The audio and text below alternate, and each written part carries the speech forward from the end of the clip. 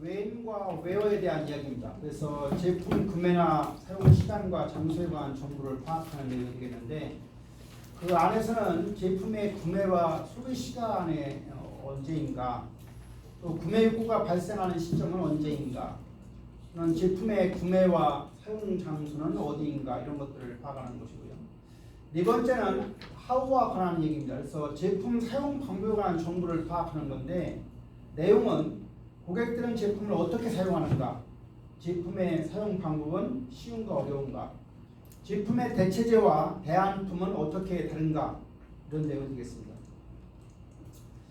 여섯 번째로 우리가 자료수집과 관련해서 숨겨진 욕구를 발견하는 방법 중에 좀 여러분들 처음 듣는 내용일 텐데, 민족지학 주사법이라는 게 있습니다. 영어로는 엔토노그래피라고 하는데, 민족학 연구와 관련된 수집 자료를 갖다가 수집하고 기록하는 학문을 우리가 민족지학이라는 말을 쓰는데, 어떤 내용이냐면 한 지역에 거주하는 민족, 우리가 주로 발달 선진 민족보다는 미개한 민족의 어떤 문화나 사회 조직, 생활 양식 따위를 실제로 조사하는 게 바로 민족지학에 대한 내용입니다. 그래서 이런 민족지학에서는 고객과 함께 시간을 보내면서 고객의 욕구를 탐색한다거나 고객을 심층 이해하는 시간을 갖는다거나, 그래서 이런 것들은 우리가 되게 방법이 기납적이고 전체적인 특징을 갖습니다. 그래서 실제 기본적인 고객 욕구의 가설이라고 하는 것은 마지막에 일반적으로 생성이 되고, 질의라고 하는 것은, 질문이라고 하는 것은 광범위하게 시작하지만, 이런 질문이 반복적인 과정이기 때문에 반복을 통해서 우리가 범위를 점점 좁혀가는 형태를 취합니다. 그래서 민족지학 주사법에는 이 그림에서 보는 것처럼 네 가지 형태가 있습니다. 그래서 체계적 관찰법, 문맥적 면접법, 감정이입 구축법, 감정이입 선도 사용자법이 있는데 하나하나 보도록 하겠습니다. 민족지학 주사법 중에 첫 번째가 체계적 관찰법입니다. 그래서 Systematic Observation에 대한 내용인데, 고객들이 말을 신뢰하는 대신에 고객이 방해받지 않고 실제로 제품을 사용하는 행동을 체계적으로 관찰하는 방식입니다. 그래서 관찰하는 동안에 관찰자는 다량의 원자료를 산출하는 고객 행동 같은 것들을 녹화하기도 합니다. 관찰받는 것을 느끼지 않도록 하는 것이 여기서 중요합니다. 왜냐하면 관찰받는다는 것을 인지하면 또 다른 행동을 하기 때문에 느끼지 않도록 하는 게 중요하고, 관찰 목록은 신체 언어처럼 특별한 언어로 구성할 수 있고, 분석할 때 시간 순서를 결정하도록 하는 게 좋습니다. 그리고 분석은 대표적인 시나리오나 사건이 어떻게 발생하는지에 집중할 필요가 있고, 시간이 많이 소모되고 자료가 분석하는데 좀 복잡한 특징을 갖는 게 바로 체계적 관찰법입니다. 두 번째 방법은 문맥적 접근이라 해서 우리가 문맥이라고 하는 게 컨텍스트라고 말을 쓰는데, 컨텍스추얼 인터뷰가 되겠습니다. 문서 기록과 녹음으로 구성되고 제품이 어떻게 사용되는지에 관한 충분한 이해를 얻기 위해 수행하는 면접법으로 항상 두 조사자에 의해서 수행되는 특징이 있습니다.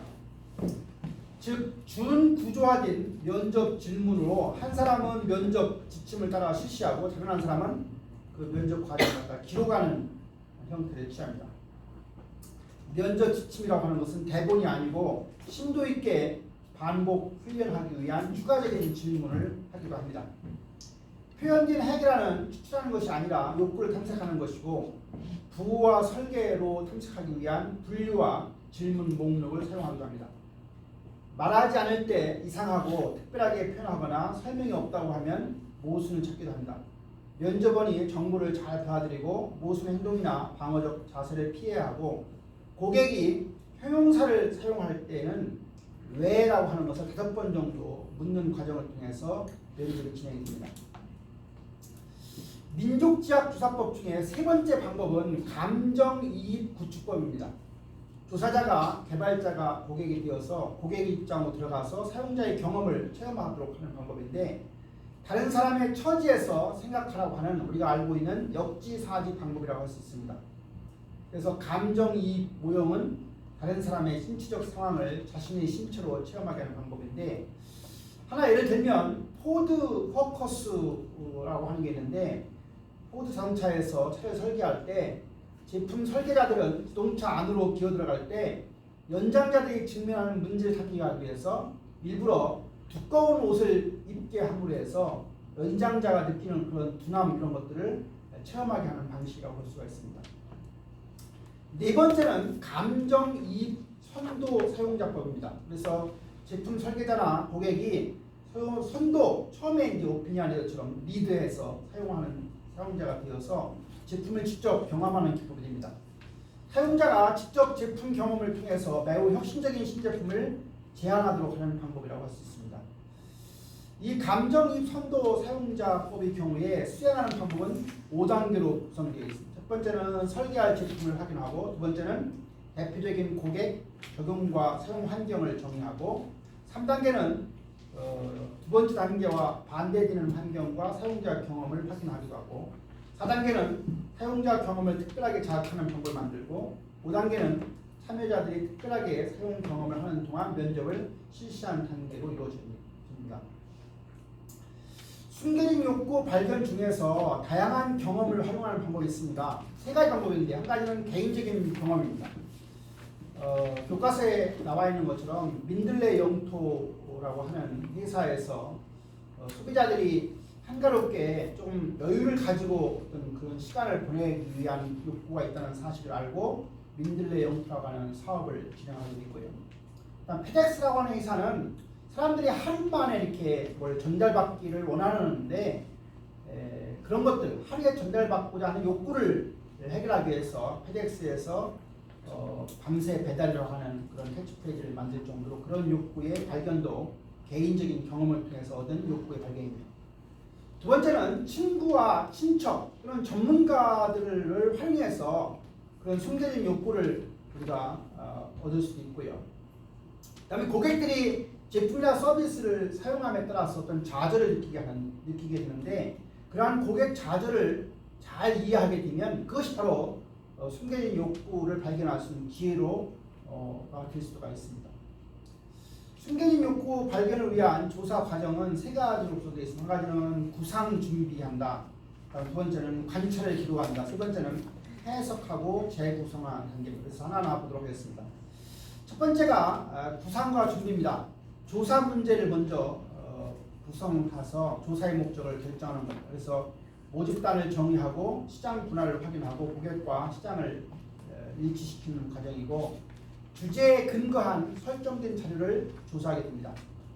두 번째 단계에서는 관찰과 준비입니다. 관찰할 집단을 먼저 정하고 충분히 고객을 이해하기 위해서 조사자는 관찰할 집단의 상황에 자신을 노출시키고, 그리고 나서 자연스러운 행동을 유지하도록 강요하지는 않을 뿐만 아니라, 관찰을 받을 때 사람들은 자신의 행동을 경계하고 행동을 최소한만 유지하고, 그리고 적절한 기록 방법을 사용하게 됩니다.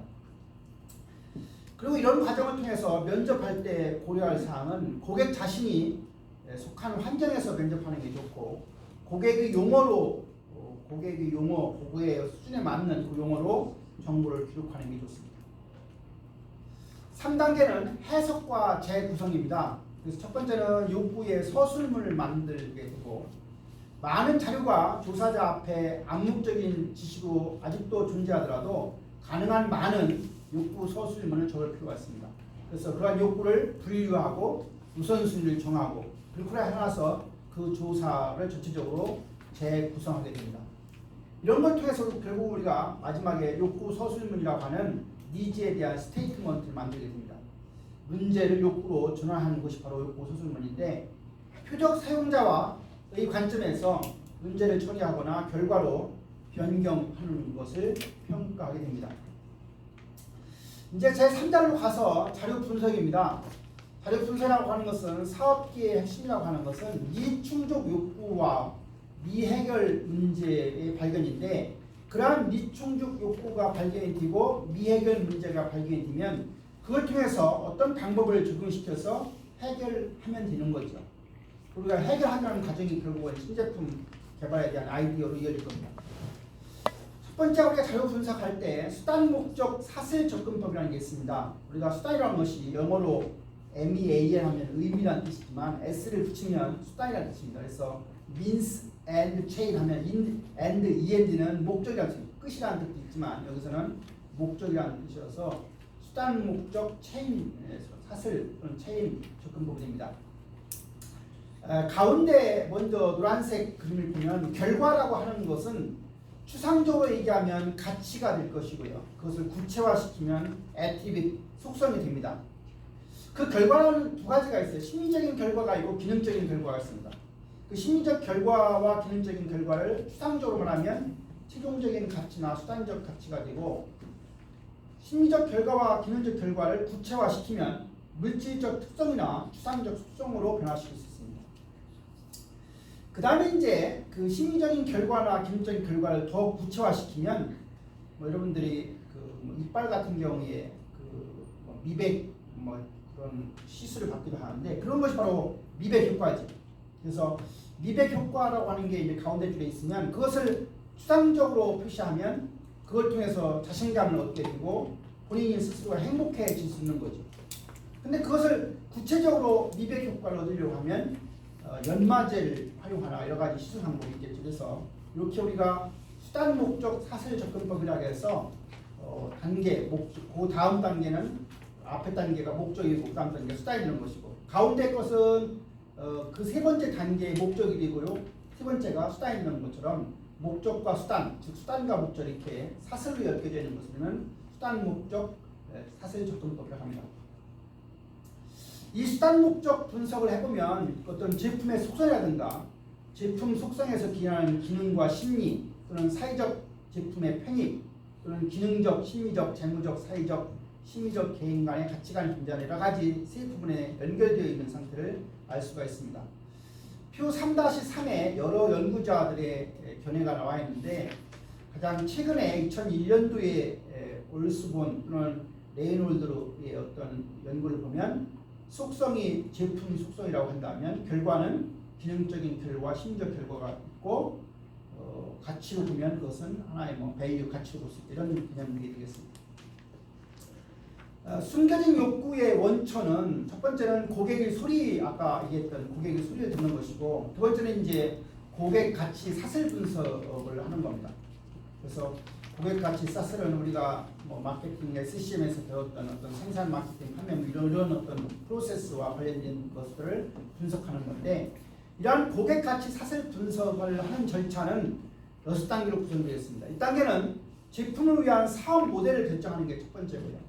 2단계는 제품 수명주기 PLC에 포함된 적절한 관계를 디스크리트 묘사하는 단계고 세 번째는 제품과 고객의 상호 어떻게 관련이 있는지를 밝히고 4단계는 고객에 대한 가치 제한을 확인하고 그 흐름을 데피니션 정의하고 5단계는 중요한 고객과 가치 제한을 결정할 고객 가치 사슬을 분석하고 6단계는 고객 가치 사슬 분석 결과를 제품 설계 과정 안에서 사용하는 것이 바로 고객 가치 사슬 분석 절차의 6단계가 됩니다.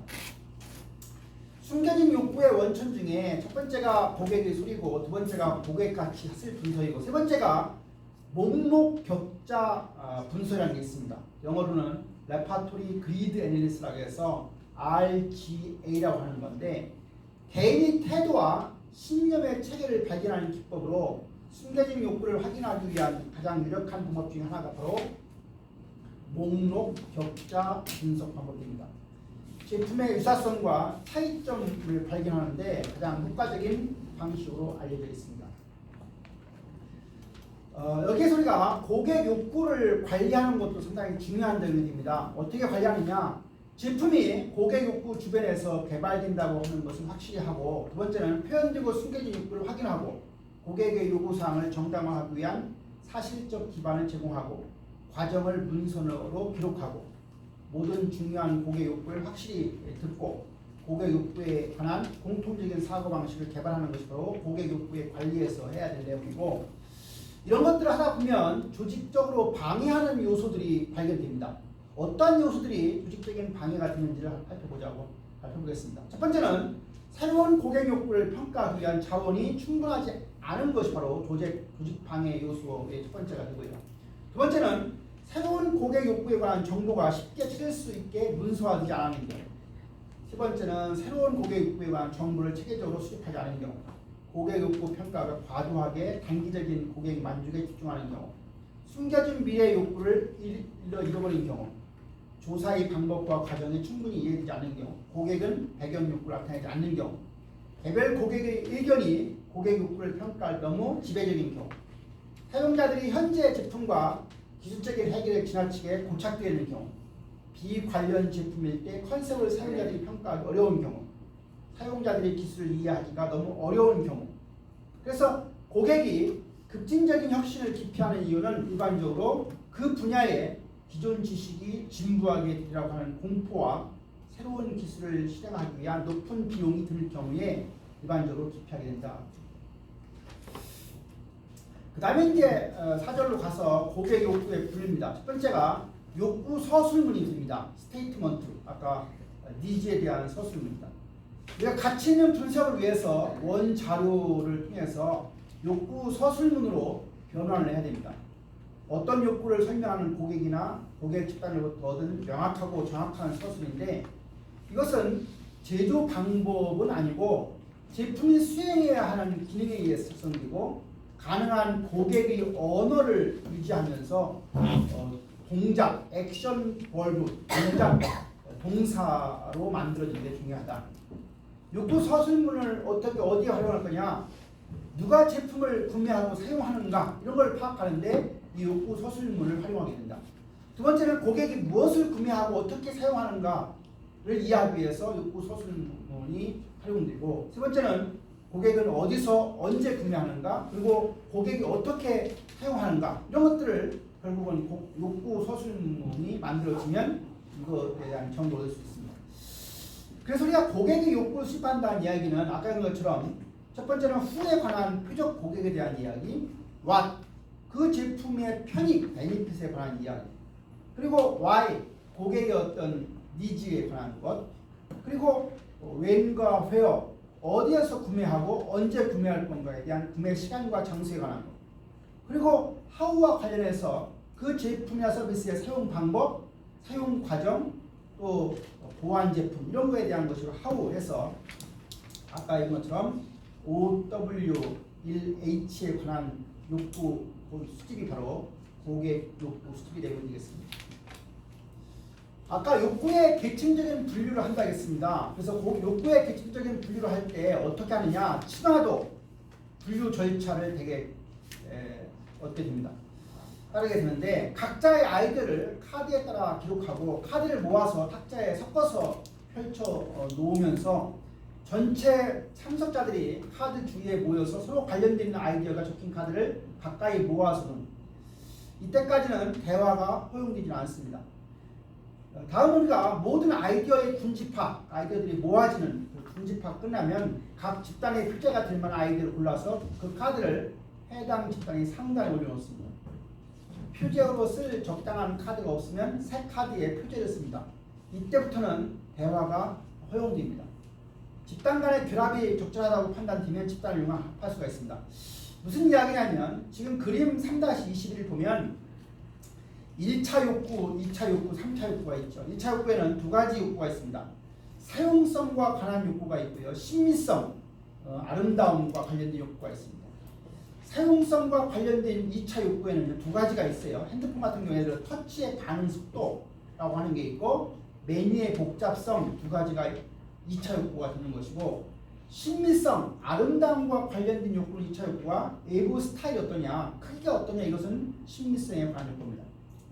그래서 사용성에 대한 것이 1차 욕구라고 하면 2차 욕구가 아까 터치 반응 속도니까 터치 반응 속도와 관련된 3차 욕구가 있겠지. 그런 것들을 모아서 2차 욕구를 구성하고 2차 욕구가 모아져서 사용성에 대한 욕구가 만들어진다는 얘기입니다. 지금 설명한 그 사용성, 심미성, 또 하나를 들어서 품목의 다양성이라고 한다고 하면 2차 욕구가 사용성 욕구가 아까 터치의 반응 속도와 메뉴의 복잡성이라고 했죠. 그러면 터치의 반응 속도와 관련된 3차 욕구에는 뭐가 있는가? 화면이 열리는데 오래 걸리는가, 터치를 잘 인식하지 못하는가, 다른 화면에 대한 표시, 영상 해상도가 깨지도 하는가, 화면 회전이 너무 잘 되는가, 이런 것들이 이제 터치의 반응 속도와 관련된 3차 욕구에 해당이 되고, 메뉴의 복잡성과 관련된 거에는 분류의 연관성이 부족한가, 사용 빈도 배열 순서가 아닌가, 메뉴 구성이 가시성이 떨어지는가, 메뉴 길이가 긴가, 이런 것들이 이제 3차 욕구에 해당이 됩니다. 고객 욕구의 서열화와 관련된 5절 고객 욕구의 선정입니다. 이제 고객 욕구가 이제 구성이 됐으면 이제 서열화를 할 필요가 있는데, 고객 욕구를 서열화한다는 얘기는 한마디로 고객 욕구를 우선순위화한다는 얘기입니다. 그래서 고정총합법의 예를 보면 여러 가지 고객 욕구가 있을 텐데, 어떤 제품의 성능, 신뢰성, 내구성, 신미성, 사용성, 가격, 브랜드 이런 것들이 있다고 하면 이제 조사해 보니까 가장 사람들이 우선순위에 많은 점수를 주는 게 바로 뭐였어요? 아름다움, 신미성에 관한 것이 30점이 나왔고, 그 다음에는 이제 성능에 대한 게 20점이 나오고, 그 다음에는 브랜드와 관련된 게 16점, 그 다음에는 신뢰성. 신뢰성이라는 것은 어떤 제품이 고유한 기능을 발휘하는 능력의 신뢰성이죠.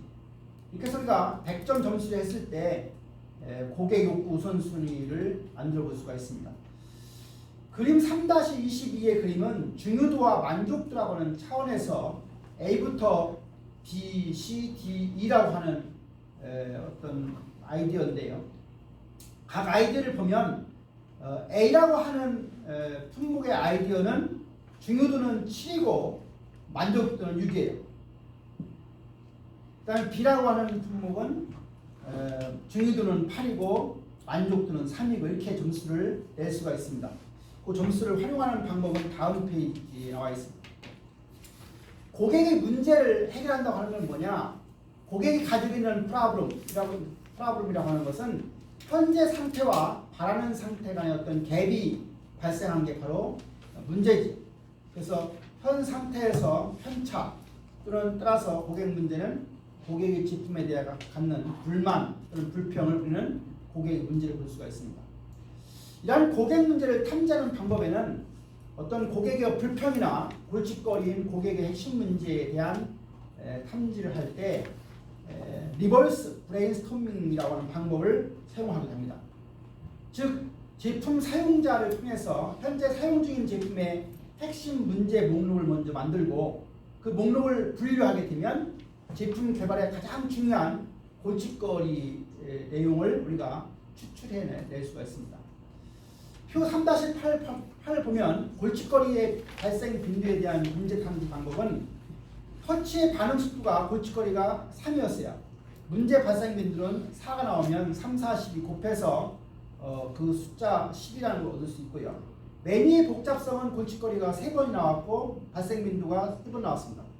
그러면 3, 3은 해서 앞에 골칫거리는 이제 그 점수라고 볼 수 있겠네요. 횟수가 문제 발생 빈도니까. 그래서 메뉴 복잡성은 3, 3은 9가 나오고요. 화면 해상도는 2, 4, 8 나오고요. 배터리 사용 시간은 4, 5, 20. 뭐 핸드폰 같은 경우에 뭐 지금 배터리는 핸드폰이 상당히 오랫동안 쓰지만 옛날에 우리가 가장 그 문제가 많이 발생하는 게 핸드폰 배터리 사용 시간 문제였었죠. 그래서 지금 A 곱하기 B를 하니까 배터리 사용 시간이 20이어서 가장 골칫거리 문제 탐지에는 배터리 사용 시간이 많을 수 있죠. 마지막입니다. 우리가 제품 중요도 조사에 대한 이해가 나와 있는데 2015년도에 중형 H자동차의 기능들이다. 이 제품을 구매하실 때 기능들이 얼마나 중요하다고 생각하는지 그 정도를 선택해달라.